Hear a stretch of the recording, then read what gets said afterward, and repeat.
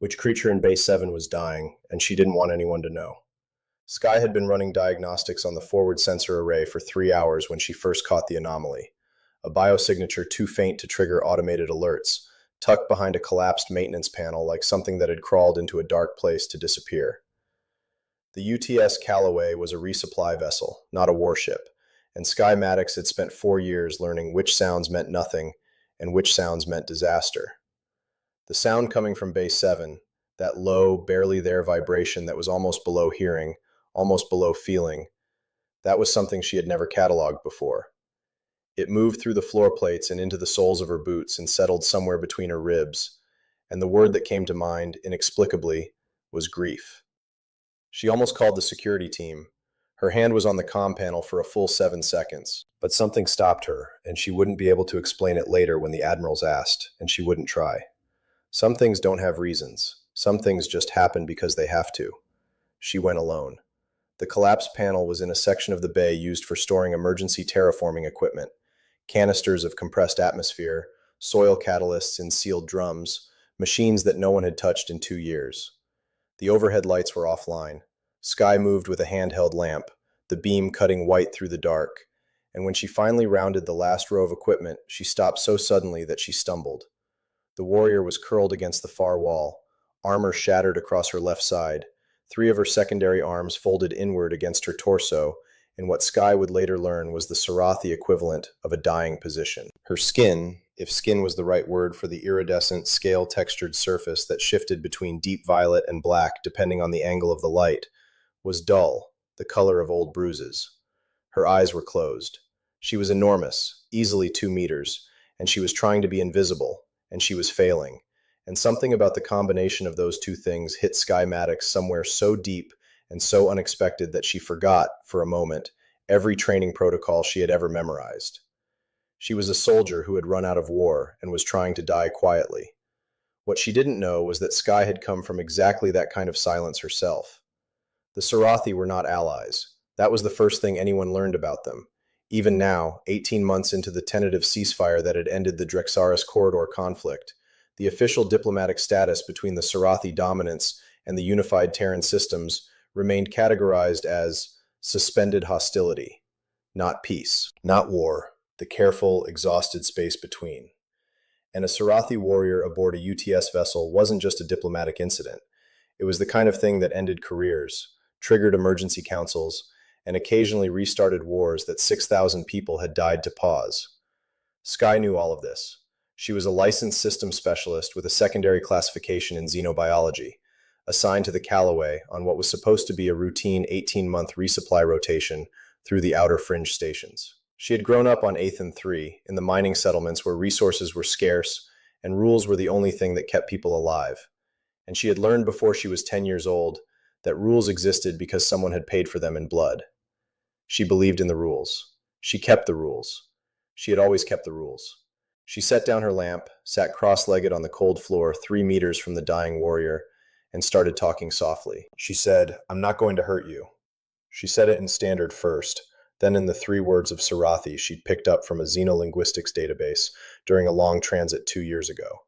Words she'd learned for no reason she could name, the way people sometimes learn things they don't know they'll need. She said, "I'm not going to call anyone." And she meant it, though she didn't fully understand why. The warrior's eyes opened. They were amber, almost golden, and they were the most frightening eyes Sky had ever seen. Not because they were alien, but because they were calculating, even now, even broken and bleeding, running threat assessments on a woman sitting cross-legged on a floor with no weapon drawn. Survival instinct that refused to quit. Sky recognized it because she'd seen it in the mirror for most of her adult life. The warrior's name was Veilka. She didn't offer it. Sky found it later, coded into the fragment of armor that still had its biometric tag active, and she filed that detail away and said nothing about it. Names, she was learning, were complicated for the Sarathi. The first hour was silence. Sky sat. Veilka watched her with those amber eyes, and the watching was itself a kind of language. Exhausted, wary, coiled around some central wound that had nothing to do with the physical damage to her armor. At one point, Sky opened the small emergency kit she always carried clipped to her belt. Not military grade, just the personal kind. The kind with 2 pressure bandages, a mild analgesic tab, a thermal foil, and a handful of protein ration squares. And she took out a ration square and ate half of it. And then she placed the other half on the floor and slid it slowly across the floor plates toward Veilka and went back to sitting quietly. The ration square sat between them for 23 minutes. Veilka ate it in one motion, fast as a reflex, like something that had once known hunger the way most people know gravity, as a constant, as a given, as a force that required no introduction. That was the first crack in the armor. Not the physical armor, the other kind. What neither of them knew yet was that smell had already been doing the work that words couldn't. Sarathi's sensory biology was not widely documented in standard xenobiology databases, because most of the people who had gotten close enough to a Sarathi warrior to study them in any meaningful way had not been in a position to take notes afterward. What was known, buried in a 30-page academic monograph that Skye would read 3 weeks later, sitting in a bunk with shaking hands, was that Sarathi warriors processed emotional information primarily through olfactory channels. Their nostrils, set in 3 thin slits along the ridge of the jaw, could parse chemical signals with a sensitivity that made every human emotion visible to them. Fear smelled like copper and ammonia. Aggression smelled like char and salt. And calm, genuine calm, not performed calm, not the brittle stillness of someone suppressing panic. Genuine calm had a chemical signature the Sarathi had a specific word for, a word that translated roughly as unbroken water. Skye Maddox, in the Dark Bay 7, sitting with no weapon and no agenda, smelled like unbroken water. It made no tactical sense. Every surviving cell in Veilka's warrior-trained body was screaming that it made no sense. Humans were not allies. Humans were the species that had blockaded Drixaris 4 and starved 300,000 Sarathi civilians before the ceasefire. Humans wore their emotions on their skin like amateurs and lied with their faces constantly, and were weak, individually, physically weak, in ways that should have made pity easier than fear. And yet this one smelled like someone who was not afraid of her. Not bravado, not suppressed fear, actual absence of fear. The chemical signature was unmistakable. It was, in the Sarathi understanding of things, deeply, profoundly wrong, and Veilka could not stop processing it. On the second night, because Skye came back, which was itself something Veilka had not predicted, the misreadings began. Skye brought a portable heating element, because the bay ran cold, and Veilka was still losing thermoregulation from the armor damage. She set it up without comment, adjusting the angle with a small, efficient gesture, pointing the heat toward Veilka and not toward herself. In human terms, a practical accommodation. In Sarathi terms, a dominant claiming gesture. Pointing a weapon at an enemy, or pointing a source of power toward a subordinate to establish hierarchy. Veilka went rigid. All 4 arms shifted into a defensive configuration, and Skye froze, and there were approximately 3 seconds during which the situation could have gone in a direction that ended badly for everyone. Skye said slowly, "It's just heat. You're cold. I want you to be warm." She touched the heating element with her own hand, demonstrating. Then she pointed it back at Veilka again. The amber eyes studied her. Then Veilka made a sound, low, guttural, something between a vibration and a word, and it took Skye a moment to realize it was a question. "You offer dominance, but your scent says submission," Veilka said, in Sarathi so compressed and deliberate it was clearly being shaped for someone with no linguistic training. Which is true. Skye thought about it. Then she said, "Neither, I think. I'm just trying to make sure you don't freeze." Veilka was quiet for a long time. Then she said the Sarathi word for unbroken water and pointed, once, at Skye, and it was not a question. 3 days in, with Veilka's thermoregulation stabilizing and 2 of the secondary arms regaining mobility, Skye made tea.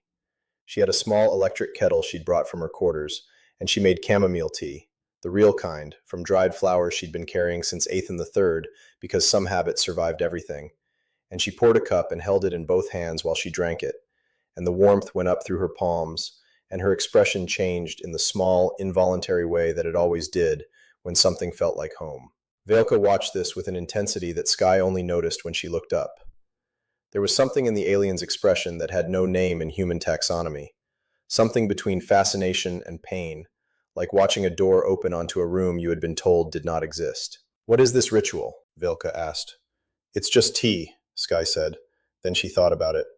"I guess it's the ritual of reminding yourself you're still a person, something warm, something that smells like somewhere you've been, something that doesn't ask anything of you." Veilka said nothing. But the amber eyes did something they hadn't done before.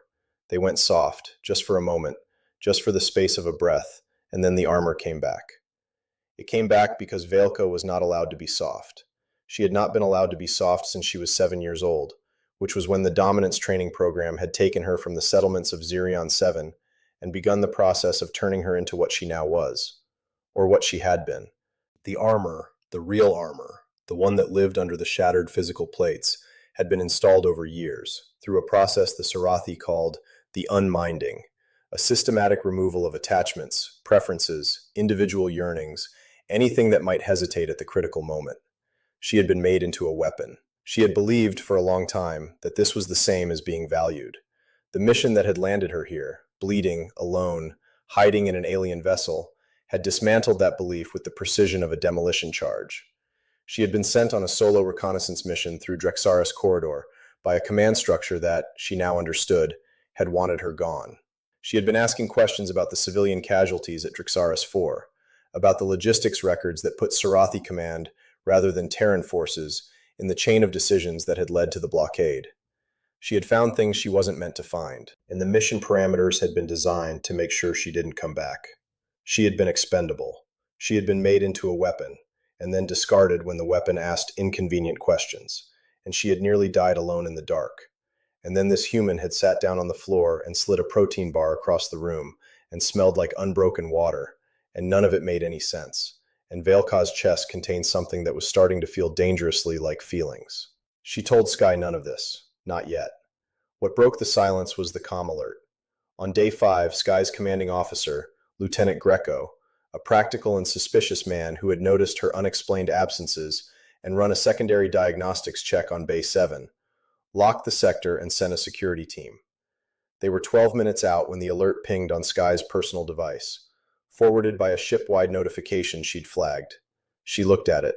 She looked at Veilka. The warrior was on her feet, barely, one arm still useless, one leg moving with the careful, deliberate weight of something that should have been resting, and she was calculating exits. "There's nowhere to go," Sky said. "The Baylocks have already engaged." Veilka looked at her with the amber eyes. "They will detain you. Probably. Because of me.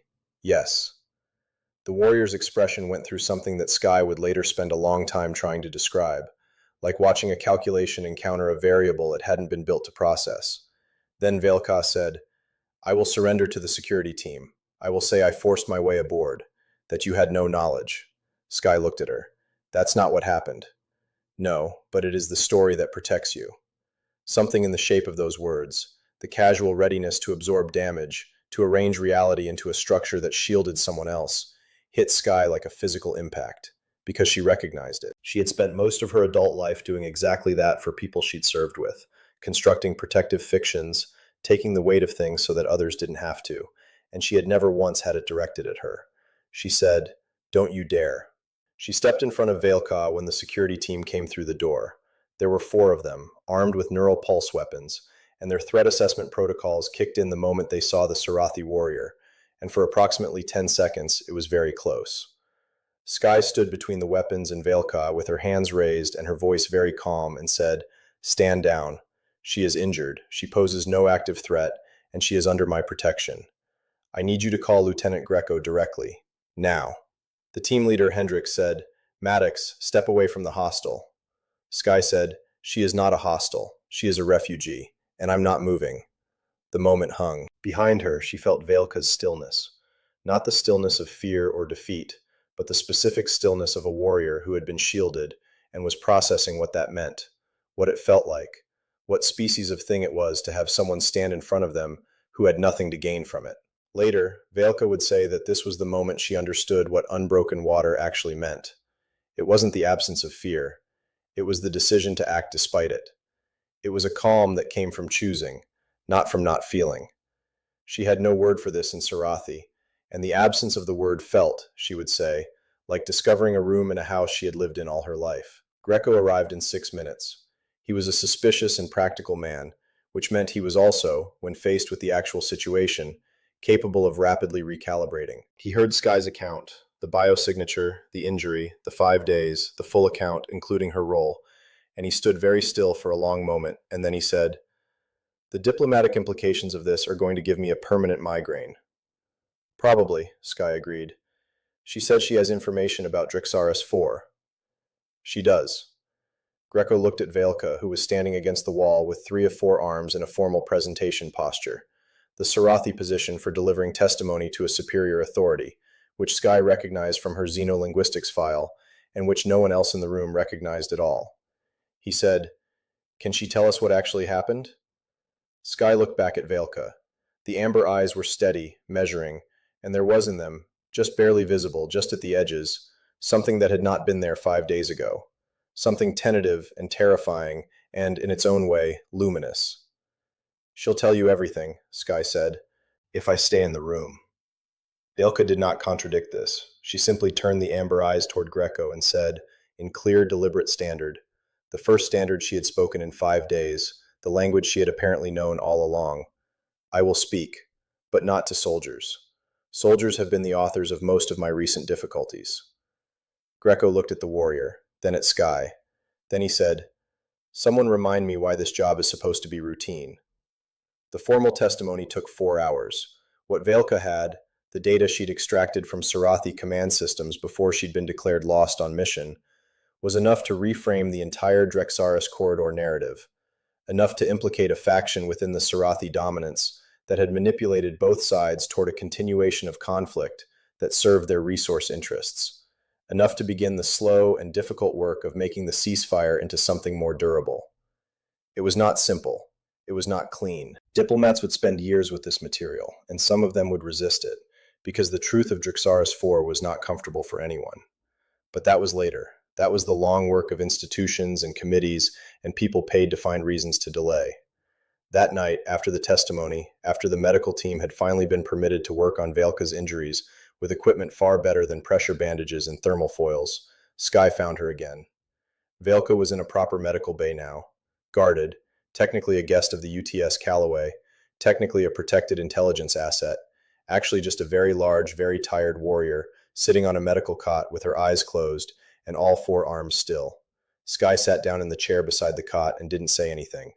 She had her hands around a cup of chamomile tea. The smell reached Veilka before the sound.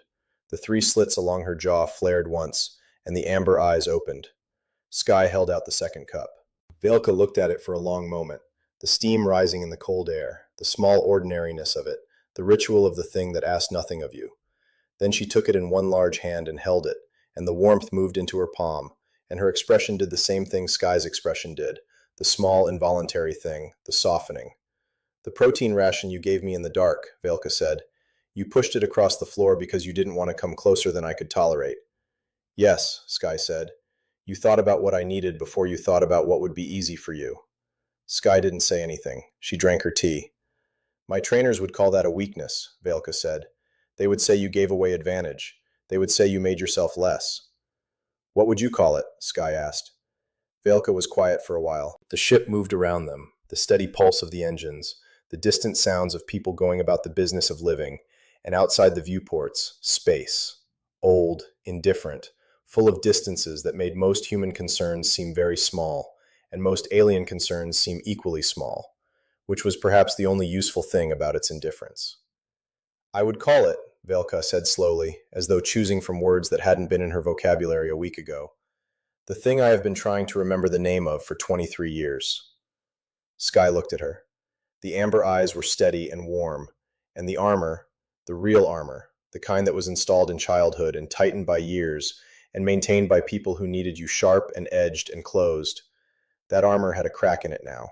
Not a ruin, not a wound, a crack that let something through. Outside the viewports, the stars did what they always did, which was nothing and everything, and Sky Maddox thought about Base 7 and the sound that was below hearing, and the protein ration square sitting on cold floor plates for 23 minutes, and how the distance between 2 people, or 2 species, or 2 entirely separate understandings of what it meant to be alive, sometimes collapsed not with fanfare or negotiation or anything that committees would later record, but with a cup of tea slid carefully across the space between them.